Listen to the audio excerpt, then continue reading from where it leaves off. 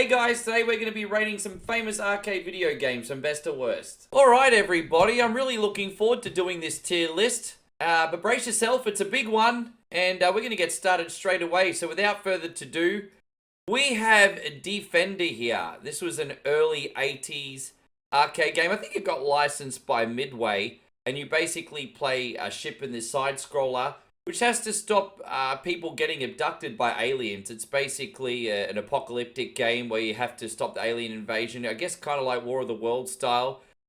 Really fun. I owned this on Atari. I thought the Atari version was fantastic. Arcade version, a little bit of a quarter muncher for me. But it's certainly a famous and addictive part of history. I'm going to give Defender a solid C today, guys. Next, we got Missile Command, another game that was an arcade game that I also owned on Atari. And another apocalyptic game, actually. This one a little bit different. You got missiles firing towards the Earth. I don't know if they're done by aliens or if it's from a different country or something. But basically, you're playing the missile defense system. And you have to basically blow up all the missiles before they hit landfall. Very good game, very challenging game. I personally could never really get the hang of the controls on this one so much. I think this is certainly going to be a game that you love or hate. I'm also going to put that in the middle of the road, guys. I'm going to give Missile Command a C tier. Next, we got Galaxian, the prequel to Galaga, which is an all-time classic space shooter. Pretty basic. I think it came out in 1980. One of my favorite things about the game is the shooting, basically. It's just got such a distinct sound that you'll never forget. I used to play this for 20 cents a game in my local laundromat. Pretty basic. Just different ways of ever increasing harder, I guess you could say, aliens or spaceships that you have to shoot. There's a little bit more variety in the sequel, Galaga. This one's kind of, once you've played it, you've seen everything. So it doesn't hold your interest for too long. Look, it's an important game in history. It was certainly one of the first of its kind apart from Space Invaders, but it doesn't hold up amazingly today. So I'm going to put Galaxian in the D tier. Alright, next we have Robotron. This is another very early 80s arcade game. And brilliant, man. Even though the graphics are very basic for its time, they do the best of what they have between the stage transitioning screens and little enemies and the flashing and everything. It really feels like a futuristic experience. It's great. But you basically play this character that has to shoot all the robots and aliens or whatever, and then you'll just keep going on to the next level, the next level, next level until your game is over. Fast and frantic gameplay, amazing sound effects, all add to an incredible experience. I'm actually going to put Robotron in the B tier. I think it's certainly worthy of that, my friends. Next, we got Burger Time. This is a game that seems to be beloved by all, except for me. And I think, again, it's probably just because I'm not very good at the game. I've only passed a couple levels, but you play this chef, and you're getting attacked randomly up ladders and stuff by vicious condiments like chilies and I think eggs and all sorts of other things. If you have a limited amount of salt, which you can attack the enemies with and either stun them or kill them. Basically, what you're doing is you're running through platforms trying to make burgers and basically knock the bread and the lettuce and the meat down to the lower platform. And if you can make all the burgers on the screen, you'll go on to the next level. Look, it's not without its charm. Everyone seems to love this. I don't. But I'm terrible at the game, so I can only base it on what I think of it. But, yeah, I'm going to put Burger Time in D tier, to be honest. I don't really have much appreciation for it. Next, we got Donkey Kong Jr., a famous game and sequel to Donkey Kong, where this time you're playing Donkey Kong Jr. and your father, Donkey Kong, has been kidnapped from the evil Mario. One of the only times I remember Mario being the villain, actually. And all sorts of different levels where you swing between vines, avoid electric shots, birds, climbing up chains, connecting keys in their slots to unlock certain parts of the level. Look, you know what? It's a pretty good game. And certainly a famous game. I prefer the original Donkey Kong. However, for its time, you do have to kind of commend Donkey Kong Jr. for how much variety it had. As I said, it was a very early platforming game. I'm going to give Donkey Kong Jr. a C tier. It's not my favorite game, but I also respect the game very much. Next, we have Tempest. Tempest is one of those vector graphics games. It's a shooter, kind of has like 3D illusionary. So it's like a 3D illusion type shooter. It's hard to explain what it is. It makes the most of 3D shapes though. Gives you the illusion that it's in 3D as you're shooting other. I think it's like spacecraft and stuff. It's been a long time since I've played it. Never spent a lot of time in Tempest. I'm tempted to put in the don't know, don't remember because it's been so long since I've played it. But I think I remember it enough that I can give it a ranking. Actually, you know what? I'm going to put in the don't know, don't remember. I know what it is, but it's been such like a long time since I've played it. So I can't really give a fair review on it. So we're going to do Joust next, guys. Joust is a famous game where you're flying on this big ostrich or emu or something. And it really is a joust because there's other similar characters on the screen. They're all piloted by a jockey or a pilot or whatever you want to call the people that ride flying ostriches. And you've got to try and jump on their heads and then collect the eggs before they hatch. If you can end up eradicating every enemy on the stream, you'll go on to the next level and so forth with various platforms and extra challenge. It's a very addictive game. I don't think it holds up as much as it used to, but I quite like Joust and used to play it a lot back in the day. And hey, something's going to be said for the fact that if people remember it over 40 years later, it must mean something to people. I'm probably going to give Joust a B tier myself. Oh, guys. All right, here we go. Next, we got Street Fighter 2. Look, I don't need to explain this one too much. Came out in 1991. Got to pick a fighter from different countries around the world with different movesets, different special moves. You fight in this big world tournament, and then in the end, you'd go up against the 4 evil henchmen and would have to try and win your path and get a pretty cool cutscene at the end. Highly addictive and replayable because there's multiple fighters, each very individual, wonderful game. And then, yeah, I mean, there's still remakes of this coming out even today. Absolutely phenomenal game. Don't need to say much more than that. Street Fighter 2 gets an S tier. An S tier? An S tier. Next, we got Cubert. I can't stand Cubert, man. It's an isometric puzzle platform game where you have to basically walk down what looks kind of like a honeycomb, actually. It's kind of like a pyramid of... a honeycomb-looking pyramid while avoiding enemies and hitting all the bricks. And if you manage to hit all the bricks, you'll go on to the next level, so forth and so forth. The controls in Cubert confuse absolute hell out of me. It's just one game that I've never been able to get used to. And that's getting an immediate F tier. I don't find Cubert fun at all. Sorry, guys. I know that's going to disappoint some of you. This time we have the original Donkey Kong. One of the original platforming games, if not the original platforming game, came out in 1980, 1981. Mario, or Jumpman as he was called at the time. I think he has to save a girl called Paulina from Donkey Kong, who does things from throwing barrels to throwing all sorts of other contraptions. There's multiple levels. You've got like a construction level, and then you've got this other level. I can't remember what the second level is, but the third level, you basically have to topple Donkey Kong basically off his perch, if you want to call it that, and then the 3 levels will loop over and over and over. It's an all-time classic. I'm going to put Donkey Kong straight into A tier. Big part of history. Everyone still knows who Donkey Kong is even today. They're still making Donkey Kong games. So, yeah, look forward to the new Mario and Donkey Kong game coming out in 2024, by the way. Next, we have Pole Position. One of the very early racing games, and a very good one. I think it was a Namco game at the time. Just one track, from what I remember in the original version. Easy to play, hard to master. It's like an Outrun style game. You have to race for as long as you can and accumulate as high a score before the time runs out. Also while avoiding rival cars on the track and stuff. Highly addictive. Just one of those games where you're always like, just one more try, just one more try, just one more try.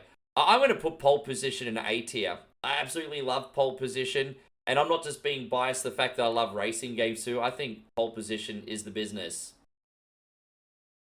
Guys, next we have Dragon's Lair. Dragon's Lair is the Laserdisc game, which basically played a visual cartoon, and it would give the option of basically doing quick commands with either certain buttons or certain directional inputs.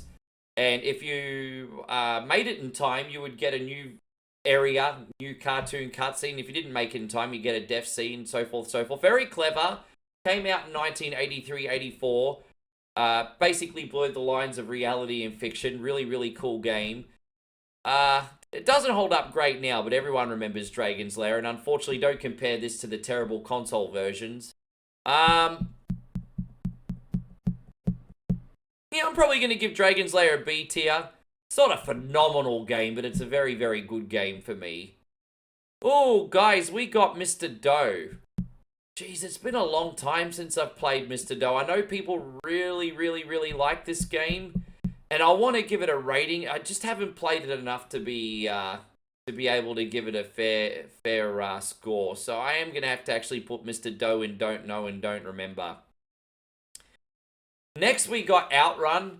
Outrun is one of Sega's golden age video games, I guess you could say. They really started making a big surge in the mid-80s with games like this. Afterburner, Space Harrier. Outrun is a beat-the-clock racing game with beautiful graphics for 1986. A choice of 3 music tracks, which all sound amazing. Some bumps, some are just cruisy. You got Splash Wave, What's Magical Sound Shower, just to name a couple.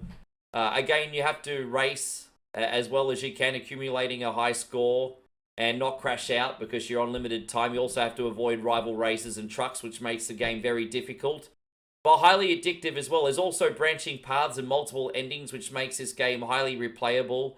I'm actually going to put Outrun on S tier. I mean, when I think of 1986, it's certainly, or mid-80s, it's one of the first games I think of. Outrun is a phenomenal game, and one every arcade fan should play. Next, we got Tapper. I actually just played this on the channel today for my community. Also called Root Beer Tapper in some regions, because you're serving beers, but some people didn't like that, so there's a non-alcoholic version as well. Basically, you got to pour beers, serve them the customers before they get to the edge of the bar. They'll also throw their glasses back at you, which is a challenge. I think it was a lot more fun back in the time to play than what it is now. After playing it today, I kind of found it incredibly frustrating. So I'm actually going to put Root Beer Tapper, or aka Tapper, in the D tier. Not really a massive fan of it, to be honest. Guys, next we got Gauntlet. Gauntlet's a very, very famous game. It's like, I think it was an Atari Midway collaboration in 1985. You could pick, it was like a dungeon crawler. You could like either pick a warrior, I think a magician, or a ranger or something. And you basically go through all these levels, basically destroying little hovels where enemies will run out of, and then the enemies themselves finding keys, treasure, and just procedurally trying to keep going further down the dungeon. Very hard to play by yourself. This was certainly a game that was made, I think, with up to 4-player multiplayer, if I'm not mistaken. And obviously having a bigger team with you gives you more an advantage. I think if you insert more credits, I think you can give yourself some more health and stuff as well. It's a very, very good game, but just as long as you don't play by yourself. I think if you were playing by yourself, you probably wouldn't get the best experience out of it, and I'd probably put it down here. But this game was intended, I think, to be played in groups, and if you play it the way it was intended, I'm actually going to give Gauntlet a B rating. It's very solid, and one game you should definitely try out. Next, we have Paperboy. Paperboy is also an all-time classic, everybody. And you play a paperboy who can pick one of 3 courses. And yeah, just you have to deliver papers while avoiding the neighbors and other obstacles on the road, whether it be remote control cars or cars themselves or even breakdancers. You can even see burglars. What's really cool about this game is you'd lose subscriptions if you didn't successfully deliver a paper. So accuracy was crucial. And if you also threw the paper into the house of non-subscribers, I think sometimes they'd resubscribe too, which was a nice plot twist. Challenging game, very big on the high score chasing, and it also came out in 1984. Looked wonderful for its time. Paperboy gets an A tier from me. All-time classic. I think if you're an arcade buff, you definitely need to play Paperboy. Speaking of classics here, guys, we now have a Bobble.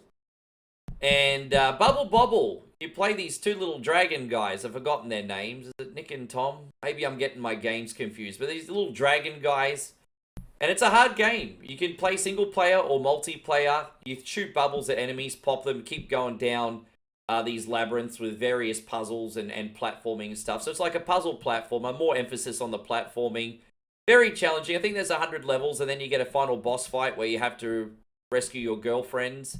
Plot twist is, to get the true ending and the good ending of this game, you need to play with a friend. So keep that in mind. Yeah, it's a great game. Very difficult game. You know what? Bubble deserves an A tier. I'm not going to put it in the must-play category, but it's pretty close. It's pretty close. Oh, guys, PacMan. Everyone knows who PacMan is, guys. PacMan is still going even today. We just had PacMan 99 on the Nintendo Switch. We've got all these PacMan Classics collections. Facebook even did their own PacMan game for a little while. There's always a new PacMan experience coming out in mobile. You play this little missing pizza looking dude. He goes around this maze eating power pellets. Collect all the pellets, go on to the next level while eating ghosts and avoiding them. It's just, yeah. Came out in 1980. I think one of the highest grossing arcade games still of all time to this day. And that's saying a lot considering how much cheaper they used to be to play. PacMan goes in S tier. It's godly when it comes to arcade games. Need I say more? Next, we got Moon Patrol. I don't know if I'm one of the people that likes Moon Patrol more than the average person. But Moon Patrol is absolutely fantastic, guys. Moon Patrol has you playing this little moon buggy on like a moon with craters. And you have to jump over certain craters while also shooting spaceships in your wake. It's like works out to be a course. So you start from A, and then you go to Z, and then it'll keep looping. And then it's all about playing for as long as you can while accumulating a high score. Very challenging the further you go through it. Definitely addictive as well. Just one of those one more game experiences. Very early 80s as well. Came out in 1982. I think it may have been a midway game. Correct me if I... No, it was IREM, I think, if I'm not mistaken. You know, I'm going to put that in B tier. I think it's very close to being a must-play game. Probably not in the hearts and souls of people like some of the other games on this list, but when it comes to early 80s games, it's definitely one you should try. Next, we got Teenage Mutant Ninja Turtles. Okay, what do we got? All right, so, I mean, you guys all know the Teenage Mutant Ninja Turtles cartoon. It became a video game in 1989. And, yeah, it was a separate story, I think, to the cartoon. But the typical-ish, you know, you had to save Splint, you had to save April. Beat Shredder's henchmen like Bebop, Rocksteady, Baxter Stockman. And what other enemies were there? Trag and all that. Then you'd have Krang, Shredder himself. Just amazing boss fights, amazing locations from the sewers to the streets to April's apartment building. Wonderful game, great part of history. First arcade game I ever beat with my friend too. I don't want to even begin to tell you how much Christmas money we spent on this machine. Hard game, but you know, you just got to judge it based on the experience. I think nostalgia's a hell of a drug, guys. Turtles is going to get S tier. And another game by Konami, just like Ninja Turtles, is a Simpsons arcade game. Simpsons started to take the world by storm in late 89, 1990. And then they brought out a video game based on the first season. So some of the graphics in this are a little bit laughable. But Maggie stole a diamond off Mr. Burns or something. So she got kidnapped. And the Simpsons family are going to rescue her. Very Simpsons family members are playable in this. And yeah, a lot of creative enemies. And then eventually you get to the end. Take on Smithers, Mr. Burns, who's a hell of a boss fight. And then there's different areas in Springfield as well, like between like the main strip and the graveyard and Moe's Tavern and stuff. Look, it's an all-time classic. I don't really need to say much more about the Simpsons arcade game. I do need to say a bit about this. I also just played this today for my community, Zaxxon. You know, it's fun for the first 5 minutes and then gets longer, less fun the longer you play it, I think, to be honest. I think it's an old Namco game. Oh, no, I'm thinking of Xevious. Okay, no, Zaxxon. Sorry, Zaxxon is kind of that isometric game where you have to level out your little spaceship and fly between obstacles and shoot enemies. I don't like this game either, to be honest. This game is just really, really frustrating. I think because it's an early isometric game, it's hard to get the hang of it from a depth perception point of view. You're just always crashing, blowing up. I mean, I know there's some people that probably find this like riding a bike once they learn how to get the hang of it. I personally did not like Zaxxon. I'm actually going to put that in F tier. Forgive me for getting confused with Xevious for a second. I don't think that's on this list, but that'd probably be getting close to a same rating as well. Oh, I love this game growing up. Sinistar. This is a really unique game and one that people don't talk about enough anymore. I think by the Williams Company. So yeah, you play this little pod-like spaceship, and the gameplay is similar to Asteroids. You basically flying around the screen, shooting other ships. You have to get these special pellets from these, what would you call them? Asteroids, I guess? Because what happens, you'll get this big spaceship called the Senator come on the screen. You'll be like, run, coward, I hunger. And it was one of the first games I ever saw with digitized speech. This is actually also kind of like a horror game mixed in with a space shooter. And then all of a sudden, this ship will come on the screen, and it's just this really like demon-like ship will come on the screen. Super scary. He'll try to eat you and crush your ship. And the only way to kill it is with the little pellets you get from the asteroids, as I said earlier. And you're going to use those to try and destroy him in time. And you'll just go on to each additional level where the Sinister gets tougher and tougher and tougher. My gosh, I actually really enjoyed this game. It's frustrating. Oh gosh, but you got to judge it on the experience. And just to have something like this so early on in arcade games history. You know, this might surprise some people, but I'm actually going to put Sinister in the A category. It's an experience that I had as a very young boy and one that I'll never ever forget. Next we got Asteroids Deluxe. Yeah, the Asteroids franchise was an important part of history, guys. You know, we got out of the Pong era into the Space Invaders and the Asteroids era. Play the ship that can rotate in 360-degree rotations, and you can thrust around while shooting these rocks and stuff. It's fun gameplay, but you know, it's just not that interesting by today's standards. And look, it's certainly an important technical marvel at the time, but just not massively memorable, to be honest. There is fun to be had, so I can't put it in F with Cubert and Zaxxon, but fun but forgettable. And, you know, forgettable being the most important point, I'm actually going to put Asteroids Deluxe in the D tier. Next we got X-Men the arcade game, everybody. And X-Men the arcade game is another cabinet which will... I can't remember if you could play with 4 or 5 players, but this machine would be so freaking massive, guys. It would take up what would seem like half the arcade by itself. This was a big arcade cabinet. Encouraged team play. Very fun game. It was just like the X-Men cartoon. You could pick Wolverine, Nightcrawler, Cyclops, Colossus, and Dazzler, I think, were the playable characters. And yeah, it had all the main X-Men villains, different locations, fun beat 'em up, albeit frustrating. I did feel like it was very cheap. So for that reason, I can't put it in S tier. But it gets a very deserving A tier. It's a wonderful 90s game and a big part of arcade history. You got to give it its due. Oh, here we go, guys. We have Double Dragon. The arcade machine in 1987 that would have people lining up in and around and out the door. Everyone would line up for Double Dragon.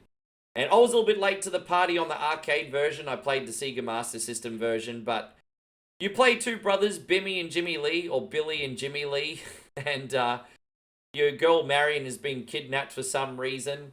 And pretty brutal opening screen where she gets punched in the gut and kidnapped. And then you play the brothers coming out of the garage and you go through the slums, the factory, the forest, all the way to the hideout, beating up Williamses and Ropers. And then you take on Machine Gun Charlie at the end and rescue Marion. Bobo and Jick are famous enemies as well. Those big buff guys that break out of walls and stuff. Look, it's an all-time classic. Despite some technical issues that the arcade version had, you could judge things sometimes based on the experience. No one will ever forget Double Dragon. That's going to get S tier. Next we got Phoenix. This was an incredible shooter, actually, guys. A little bit basic by today's standards, but you play this spaceship and you'd shoot these Phoenix types enemies. They look like spaceships with birds. And you'd have like 4 or 5 different levels that would loop, different styles, vertical shooter. And then you'd get a boss at the end of each one, which I think was some kind of spaceship. You destroy that, and then the levels keep looping, looping, looping. Pretty ahead of its time. Came out in 1980. And a good time, but not a long time. You know, I don't ever feel the desire to go back and play Phoenix on a frequent occasion. However, when I do play it, I enjoy it. So with that being said, I think Phoenix is going to get a very fair C rating today. Next, guys, we got Crystal Castles. This is an isometric game that actually wasn't that hard to play compared to some of the other ones on this list. Pretty cool game, I think, by Atari, if I'm not mistaken. You play these isometric buildings where you had to collect these little pellets. Similar to a PacMan style. So think of PacMan, but like isometric 2.5D kind of map. And you have to avoid enemies while collecting all the pellets and eventually going through different various levels and stuff. It's a classic. I personally would prefer to play PacMan, but there is fun to be had if you do play Crystal Castle. So for that reason alone, I'm going to give that a solid C rating. Next we have Galaga or Galaga, the sequel to Galaxian and the much better sequel. Different waves of enemies that would just keep getting harder and harder with each play. There'd be bonus levels where you could shoot waves of enemies and also get bonus high scores. There was even a certain enemy that could kidnap your ship, and if you could skillfully rescue your ship by shooting the enemy at the right time, you'd get a dual ship and even more firepower. A great sequel to Galaxian and a much more fun sequel to Galaxian. No reason to play Galaxian if you play Galaga first. Used to play this a lot in the cocktail cabinet, was addicted to it on the NES as well, and still a memorable game today. Look, I'm going to put that in B tier. Almost an A tier, but not quite there for me. B tier. It's definitely an arcade game you should play. Oh, next we got Lunar Lander. Look, this was I think this came out in the late 70s, maybe 79, maybe 80. You'll have to let me know in the chat. But you played this spaceship. Kind of controls similar to the spaceship in Asteroids. You kind of got to turn him around directionally and thrust around. And there's kind of like these craters and mountains all over the place on the moon. And you have to try and land on the very few flat spots there are. And then you'll get variously more challenging levels as you go along, so to speak.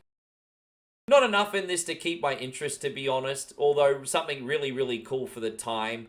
To be honest, I'm going to give... You know what? Actually, I'm going to give Lunar Lander a D tier because it's pretty impressive what they were able to do in 1979. And, you know, game developers were still finding their feet at this point. No real reason to go back to it. I do recommend checking it out and just to see how far games have come today. Guys, now we have Daytona USA.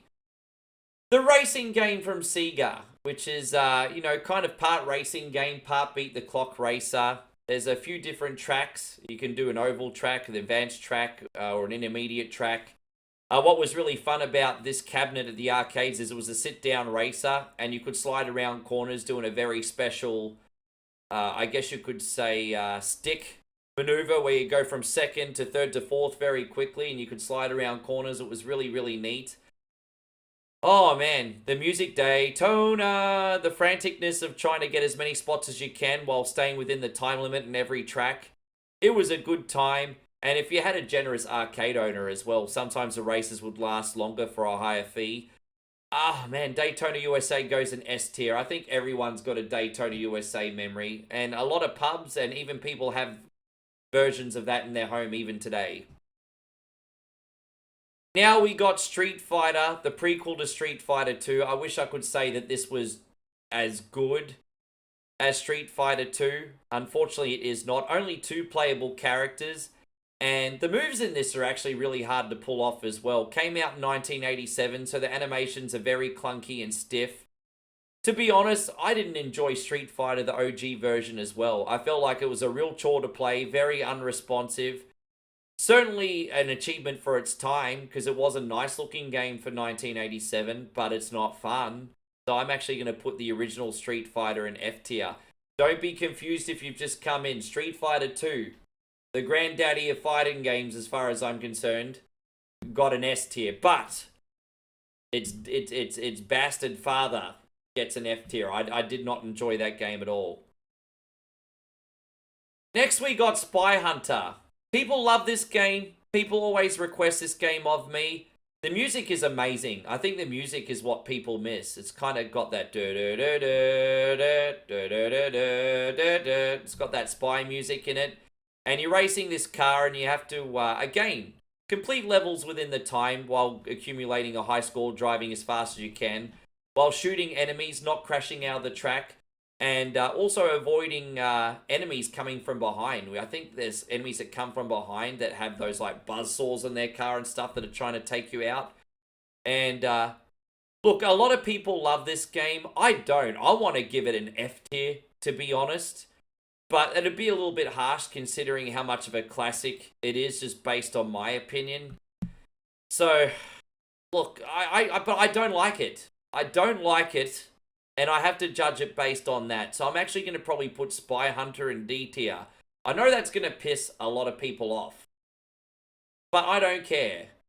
We got the big Buck Hunter arcade. Look, I've played many of these. I don't know which version it's talking about. Oh, no, actually, I remember which version of this it's talking about. An early 80s hunting game. With a gun. I mean, it's fine if you're into that kind of thing. Yeah, I'm just going to give it a D tier. Don't really have much else to say about Big Hunt. It's a hunting game with a gun. Next we got Karate Champ. Oh, man. Oh, look, this is kind of like the Karate Kid in a video game. You play this guy in a white G. You have to take down an opponent in a red G. And you have various different championships depending on how much you progressed in the game. I found like you were fighting the controls more than the opponent. I like that they tried to make this quite sophisticated with hitting a certain control point and a button will release this kick or this type of punch. And so it was very, very clever, albeit clunky.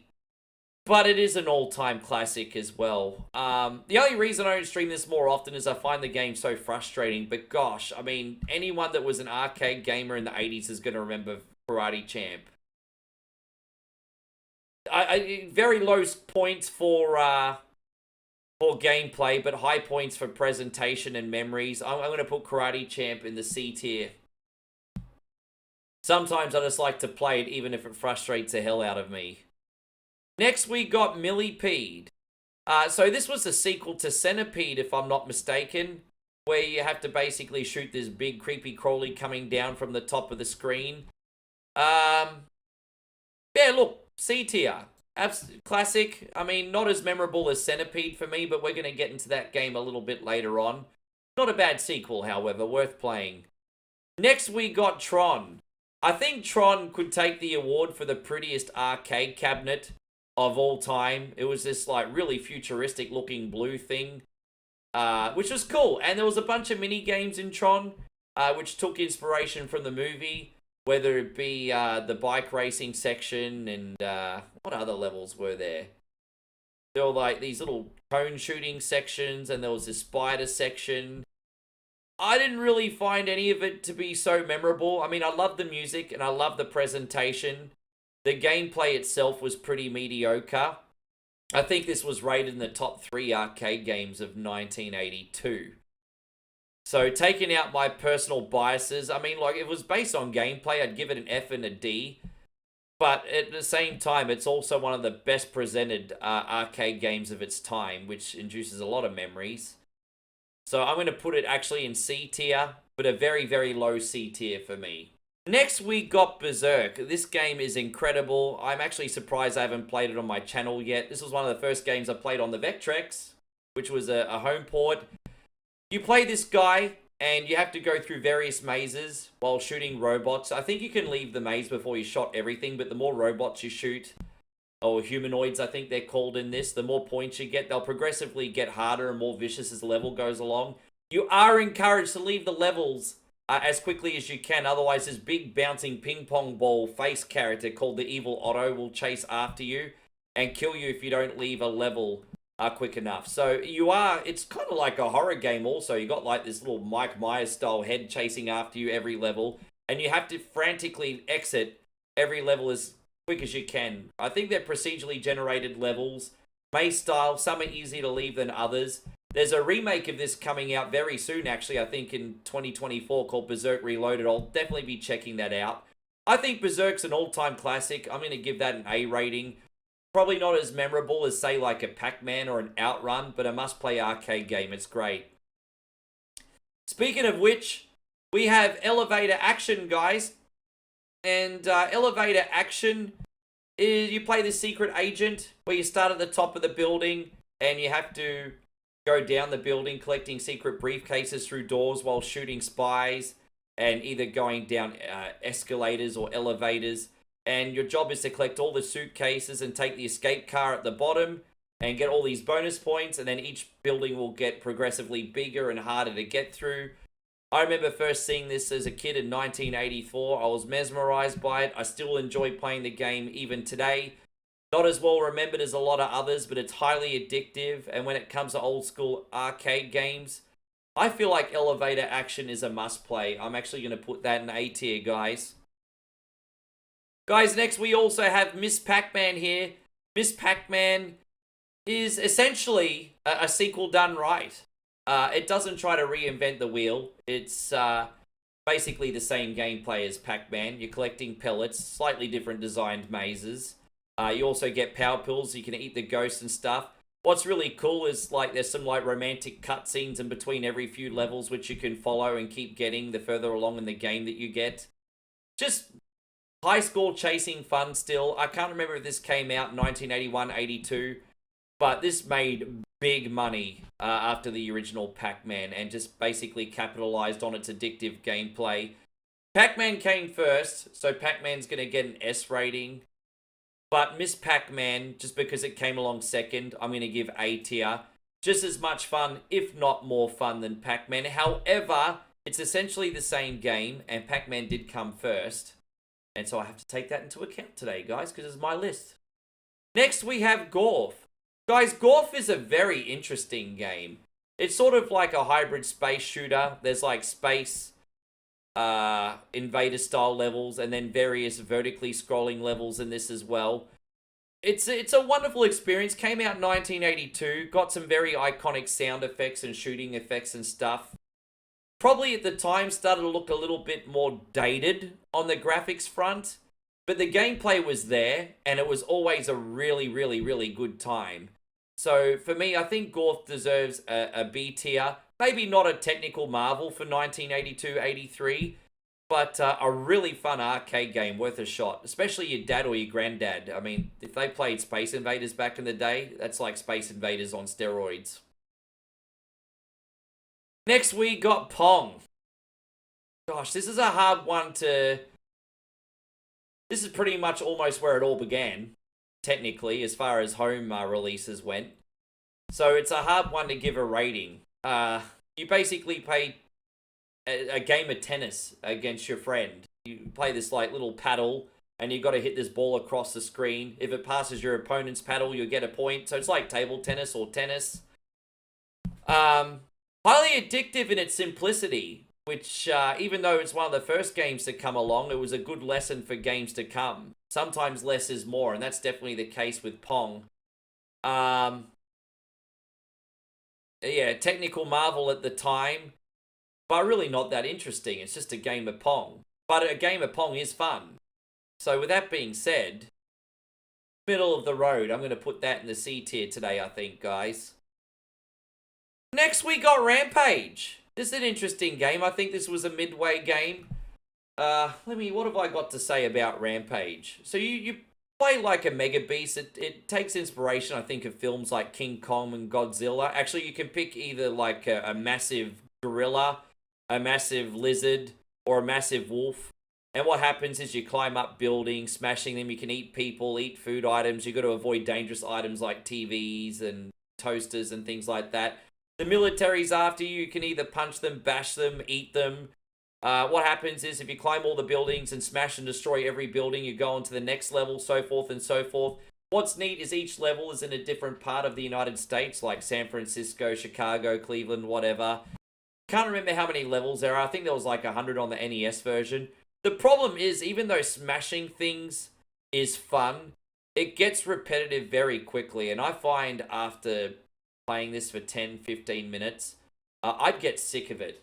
I don't know if it's the same for other people, but I never felt the desire to play all the levels. I was ready to move on after about a half dozen. But it is a fun game in short bursts. So fun for one credit plays, just not fun long term. I'm going to give Rampage middle of the road. I don't think it deserves higher than C, to be honest. Cool concept for a game, though, playing a Godzilla-type character.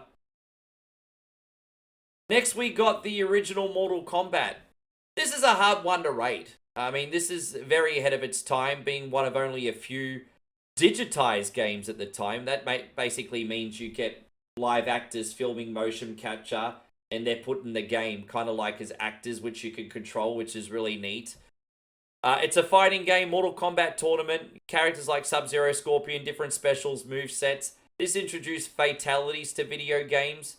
So if you won the second round, you get a screen come up saying finish him, where if you knew the command, you could basically do a really gory finisher, like ripping someone's head off, seeing their spine, or an uppercutting their head off, or just whatever. Gosh, very memorable, guys. And it would be the talk of school. Be the absolute talk of school. Be a weekend rental at sleepovers as well. I think there's more fluid Mortal Kombat games today, but at the time we didn't care. Look, I have to give it S tier. I mean, Mortal Kombat games are coming out today, and there's been like, if you include all the spin-offs, there's been close to 20 of them. And that's saying something. That must mean that this original game was very, very special. So I can't justify giving it lower than an S tier, to be honest. Next, we got 720 Skateboarding. This is a hard one to rank. This is fun, but challenging. It's an isometric skateboarding game where you do all sorts of different events and stuff. Tricks, I think there's like, you can go down, do these freestyle events and stuff too. You have to be really, really quick in the levels, because I can't remember what it is. Is it like bees or something that chase after you and kill you and give you a game over screen if you're taking too long? I can't remember. I do remember this game being quite fun. Isometric skateboard game. I'm probably going to give it a solid B ranking, to be honest. Yeah, I mean, look, I barely remember it. I could almost put it in the don't know, don't remember category, but I think I remember it enough being quite fun. It's just been many years since I've played it. Alright, next we have Bubbles, guys. I can't remember if this was a Midway or a Williams classic. But Bubbles is a cool game. The maze, or the main play space, is actually a sink. And you play this bubble, and what you basically got to do is collect all these soap suds with your bubble. And as you collect them all, your bubble will get bigger and bigger and bigger. You have to avoid things like ants and brushes and stuff, which will make your bubble smaller and affect your health. Because what happens is, when you collect all the soap studs and stuff, if your bubble is big enough, the sink will drain, and your bubble won't go down the sink, and you'll go on to the next level. Otherwise, you'll lose a life. So you've got to keep your bubble, as you're collecting things in this game, as big as you can, and keep going on to progressive, more challenging game maps. As I said, the level is in like a bathroom sink or a kitchen sink. Really clever idea. I think it's like a 1981-82 arcade game. I actually liked Bubbles, I think, more than I think the average person did. I find it highly addictive. It might not be one of the memorable arcade games, but it was hella fun, guys. I have to give it a high ranking. I have to have my integrity. Next, we have Space Invaders, everybody. The all-time classic, came out in the late 70s. You hide behind these little defense blockers while temporarily exposing yourself and shooting spaceships who will eventually be marching, coming closer and closer to the Earth. And you basically had to clear the screen before they reach the Earth. Otherwise, I think you'd lose a life or get a game over screen. Each map would progressively get harder. They'd start closer to the Earth and also be marching faster, like in row formation. Very military formation, actually. You could get bonus points by shooting a flying saucer up the top above the aliens as well, or the Invaders if you want to call them. Oh, this is a game that basically started the golden era of arcade games before 1983. It was such a quarter muncher. This was the game to play before Pac-Man. This was the one everyone was talking about. Even had its own song as well, I think, on the charts. Maybe not as memorable by today's standards, but today they're doing spin-offs still, like different games on mobile and in collections and stuff, so it's still relevant. Look, I'm going to give the original Space Invaders a B rating. I know it's an all-time classic, and some people probably think it deserves an S tier, but I don't. I think it was a wonderful game at the time, but like Pong, things evolved into better things a little bit further down the line, so I'm going to leave Space Invaders in the B tier there, guys. Next, we have Centipede, guys, a 1980s all-time classic. You play this little pellet ship at the bottom of the screen, and you got this centipede starting from the top, making its way down the bottom. Pretty similar to Space Invaders style. You have to try very quickly shoot the centipede. It's tricky because the thing moves so quick, especially as you go through later levels, and it's just such a small target to hit. There's also, I think, little items in the way and stuff that also contribute to the challenge. Centipede's a great game. I think it was a classic Atari game. I'm also going to put that in B tier. It's an important part of history, I think, and a wonderful game to play. Probably not a must-play like some of the other ones on this list, but a good time. And if you want to see what your parents used to play, definitely one to check out. Next, we got Asteroids. Just like Asteroids Deluxe, guys. I mean, it's a totally acceptable, fine game, just albeit not that interesting, to be honest. You play the ship, moves in 360 dimensional angles. So basically, you can go this way or that way. You can thrust around the screen, shooting all these rocks. I mean, it's fun, just not that interesting. I'm going to give Asteroids a D rating. Oh, okay, here we go. Next, we got Frogger, the game that's so famous, it's even got a Seinfeld episode about it. You play this frog, and you have to do different things on a single screen. It's a single screen game. From 1980. I think Namco and Sega had the license for this. But anyway, you play this frog, you have to avoid traffic, and then you have to jump on logs and enter these slots. There's 5 slots, I think, in each level, and if you can enter all the slots from one side of the course to the other, you'll go into each level, which will get progressively harder. You avoid traffic, jump on logs strategically while avoiding crocodiles, and it's an incredibly addictive game. You're going to be doing a lot of high score chasing on this. I'm actually going to give Frogger S tier. I always forget how much I love this game until I play it, and I instantly get hooked. I think Frogger is one everyone needs to play. Next, we got Dig Dug. And this is actually the last one we're rating, and I'll tell you why in a second. But Dig Dug's another Namco classic. You play this little Smurf-looking like guy, and you kind of have this pump, like bicycle pump, I guess you could call it. And you'll have all these creatures come attack you, like little flame-throwing dragons and these little, circular-looking dudes. And you have to dig underneath the earth and basically kill these things. And if you can successfully kill all these things without dying, you'll go on to the next level, so forth, so forth. It will progressively get harder. If you're caught being chased by a pack of enemies, they'll sometimes come chasing after you. You can also strategically uncover boulders from the dirt that will fall on them. As I said, you're playing under the ground in this game. Dig Dug's an all-time classic. I'm not going to put it in S tier, but I'm going to give it an A tier. It's fun, addictive, and a very different game for its time. I recommend anyone to play Dig Dug. With that being said, I've got 4 games left here that I never played, so I'm going to have to put them in the don't know, don't remember tier.